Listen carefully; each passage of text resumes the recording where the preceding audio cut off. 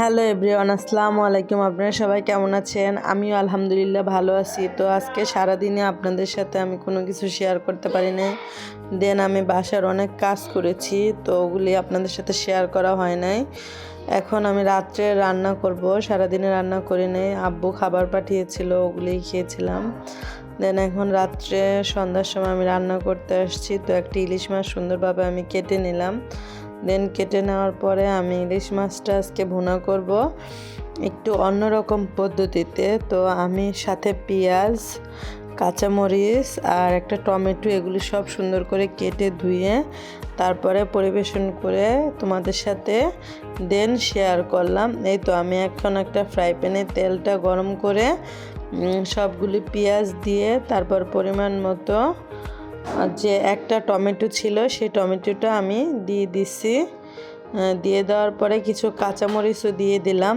দিয়ে দেওয়ার পরে পরিমাণ মতো হলুদের গুঁড়া, মরিচের গুঁড়া আর লবণ এগুলো আমি খুব সুন্দরভাবে তরকারিতে কষিয়ে নেব।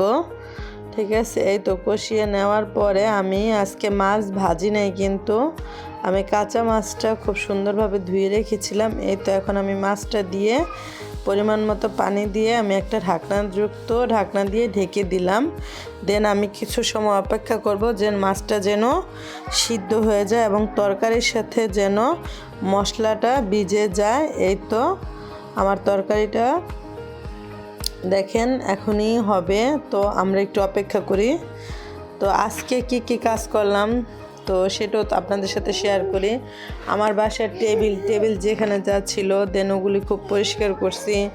ঘর দুয়ার যেখানে কাপড় চোপড় বাহিরে, আজকে প্রচুর বৃষ্টি ছিল, তো আজকে আদার্স যে কাজগুলি ছিল ওগুলো আমি সব কিছুই করলাম। করার পরে খুব ব্যস্ততায় দিন গেছে, রান্নাটাও করে খেতে পারি নাই। তো আব্বু পরে খাবার পাঠিয়েছে, সো আমরা খাইলাম।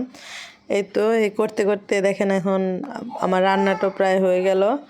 এই তো এখন আমি রান্নাটাগুলি খুব সুন্দরভাবে একটা ছোট্ট একটা বাটিতে উঠিয়ে নিব। আমার মাছ ভুনাটা, এই মাছ ভুনাটা আপনারা যদি এভাবে করে খান, এই মাছ ভুনাটা কিন্তু খুবই মজা লাগে। আমি আরেকটা প্যানে খুব সুন্দর করে তেলটা গরম করে নিলাম। নেওয়ার পরে প্যানটা আমি প্রথমে ধুয়েছিলাম, ধুয়ে রেখে নেওয়ার পরে এখন পানিটা শুকানোর পরে আমি পেঁয়াজ দিয়ে দিলাম আর পরিমাণ মতো তেল আগে দিয়ে দিয়েছিলাম।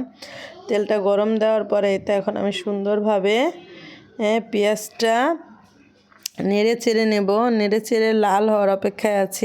অপেক্ষায় থাকার পরে এখানে কিছু বাটা মশলা ইউজ করছি। এখানে আমি বিরিয়ানির মশলা ইউজ করেছিলাম, না হলে কালারটা সুন্দর আসতো না। তো ওইটা আপনাদের সাথে শেয়ার করা হয় নাই, সো আরেকদিন করব। এই তো আমি আজকে 4টা ডিম দিয়ে ডিম পোলাও রান্না করলাম। সো এই তো আমি ডিমগুলি খুব সুন্দরভাবে মশলার সাথে কষিয়ে নেওয়ার পর ওই কষানো মশলার ভিতরেই কিন্তু আমি পোলার চালটা ধুয়ে রেখেছিলাম, সেটা খুব সুন্দরভাবে দিয়ে দিলাম। সাথে কিছু তেজপাতা, দারচিনি, এলাচও দিয়ে দিলাম। দেওয়ার পরে এগুলি কিছুক্ষণ কষানোর পরে আমি ফুটন্ত গরম পানি দিয়ে দিলাম পরিমাণ মতো, যেটাতে আমার পোলাওটা খুব সুন্দরভাবে ঝরঝরা হয়ে যাবে। এই তো আমার পোলাওটা সিদ্ধ হচ্ছে, এখন আমরা সিদ্ধ হওয়ার অপেক্ষায় আছি। আজকে আমার রেসিপি হলো ডিম পোলাও।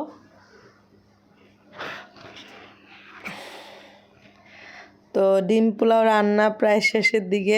এখন আমি কিছু পেঁয়াজ বেরেস্তা করে নিলাম। এখন আমি পেঁয়াজ বেরেস্তাটা ডিম পোলাওর উপরে সুন্দরভাবে দিয়ে দেব, তাহলে দেখতেও সুন্দর হবে, খেতেও একটু টেস্টি হবে। এই তো আমার ডিম পোলাও আর ইলিশ মাছ ভুনা আর সালাদ কেটে রেখেছিলাম, শসা, লেবু। এগুলো আজকে আমরা রাত্রে খাবো। তো আজকে রাত্রের খাবারটা আপনাদের সাথে আমি শেয়ার করলাম। এই তো আমার খাবারগুলি পরিবেশন করলাম টেবিলে। সো দেখেন আমার খাবারগুলি কত লোভনীয় লাগতেছে।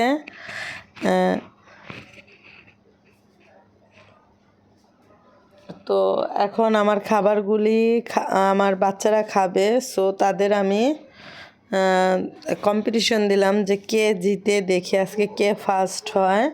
সো তারা দুইজনে পোলাও আর পোলাও বিরিয়ানি তারা খুব পছন্দ করে। দেন আজকে তারা পোলাও ডিম পোলাও খাবে, সাথে ইলিশ মাছ খাবে। দেন এখন তাদের আমি দিলাম জিহান জিসানকে খেতে। সো সব কিছু দিয়ে দিলাম।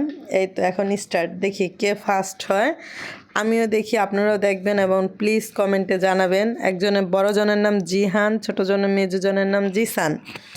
ঠিক আছে, ওরা 3 ভাই। দেন এখন স্টার্ট হলো যে কে ফার্স্ট হয় কে সেকেন্ড হয়। তো ওদের খাওয়ার পালা। তো আমিও দেখতেছি দাঁড়িয়ে দাঁড়িয়ে যে কে ফার্স্ট হয়। এই তো তারা খাচ্ছে এবং বলতেছে আজকে মেজুটা যে আজকে যেভাবেই হোক আমি ফার্স্ট হবই। তো খাচ্ছে আর খুব তাড়াহুড়া তার ভিতরে যে না, সে আজকে ফার্স্ট হবে, কারণ সে এর আগের বার 2বার চ্যালেঞ্জে হেরে গিয়েছিল। এখন তার চেষ্টা যে সে ফার্স্ট হবেই। সো এজন্য বড়টা ওই চিন্তা করলো যে না, প্রত্যেকবার তো আমি ফার্স্ট হয়ে থাক, এবার যেহেতু আমার ছোটো ভাই চাইছে সো তাকেও ফার্স্ট বানাই। ঠিক আছে, বড় ভাইদের মন এমন একটু বড় হয়। সো ও একটু আস্তে আস্তে খেয়েছিল। দেখেন ছোটোটা ফার্স্ট হয়েও কি খুশি।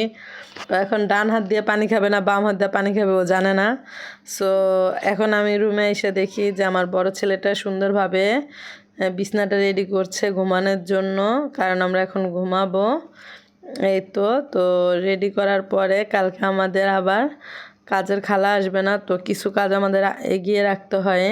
তো আমি টেবিলটাও খাবারগুলি সব সুন্দরভাবে গুছিয়ে টেবিলটাও গুছিয়ে রাখলাম। এখানে টেবিলের ভিতরে আমার ছোটো বাবুটার ফ্লাক্স আছে গরম পানি।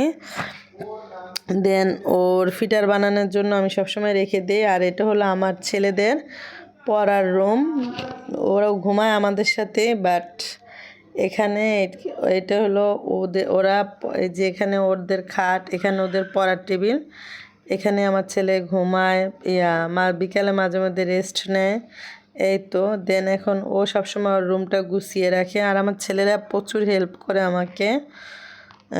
তো আমার মেয়ে না থাকলে কী হয়েছে, সমস্যা নেই, আমার ছেলেরও আমার মেয়ের মতোই হেল্প করে। তো বড় ছেলেটা একটু বেশি হেল্প করে, কারণ ও তো বড়। ছোটো বাবুটাকেও বেশিরভাগই দেখে। এই যে পড়ার টেবিলটাও মোটামুটি গুছানো আছে। দেন এই তো আজকে পড়ার টেবিল গুছাইছে, স্কুল শেষ।